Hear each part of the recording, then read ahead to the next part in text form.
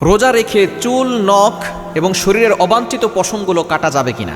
আমাদের ভিতরে অনেকেরই প্রশ্ন আছে, হুজুর রোজা রেখে চুল কাটা যাবে কিনা, তারপরে নখ কাটা যাবে কিনা, এরপরে শরীরের অবাঞ্ছিত যে পশমগুলো আছে সেগুলো কাটা যাবে কিনা।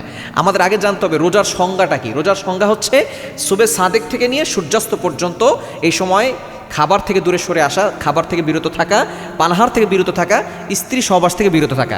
এটা করলে আপনার রোজা আদায় হয়ে যাবে। এখন রোজা রাখার সাথে এই যে চুল কাটা, তারপরে নখ কাটা, এগুলোর কোনো সম্পর্ক নাই। আপনি রোজা রেখে এগুলো কাটতে পারবেন, কোনো সমস্যা নাই। আপনি রোজা রেখে চুল কাটতে পারবেন, রোজা রেখে নখ কাটতে পারবেন। এবং অবাঞ্ছিত যে পশমগুলো আছে এগুলো কিন্তু 40 দিনের বেশি রাখা ঠিক নয়। আপনার নামাজ, রোজা এগুলো কিন্তু আল্লাহর কাছে গ্রান্টেড হবে না, অ্যাকসেপ্ট আল্লাহ তাআলা করবেন না যদি আপনার শরীরের অবাঞ্ছিত পশমগুলো বড় হয়ে যায়। আমরা অনেকেই দেখা যাচ্ছে উপর দিক দিয়ে ফিটফাট থাকি আর ভিতর দিক দিয়ে সতর্কার থাকি। ভিতর দিক দিয়ে আপনাকে সঠিকভাবে থাকতে হবে। আপনি পরিষ্কার পরিচ্ছন্ন থাকবেন। আপনার বগলের নিচে যে পশমগুলো আছে, নাভির নিচের যে পশমগুলো আছে, এগুলো আপনাকে কেটে রাখতে হবে। এটা যদি অনেক বেশি বড় হয়ে যায় এবং বেশি দিন 40 দিনের বেশি হয়ে যায় তাহলে কিন্তু আপনার ইবাদতে ঘাটতি চলে আসতে পারে। এজন্য এগুলো সবসময় পরিষ্কার পরিচ্ছন্ন রাখবেন।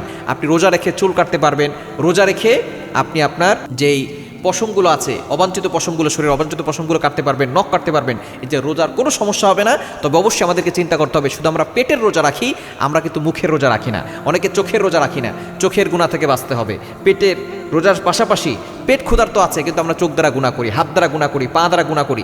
এই গুনাহ থেকে আমাদেরকে দূরে সরে আসতে হবে। তাহলে এই রোজা আমাদেরকে জান্নাত পর্যন্ত পৌঁছে দিবে।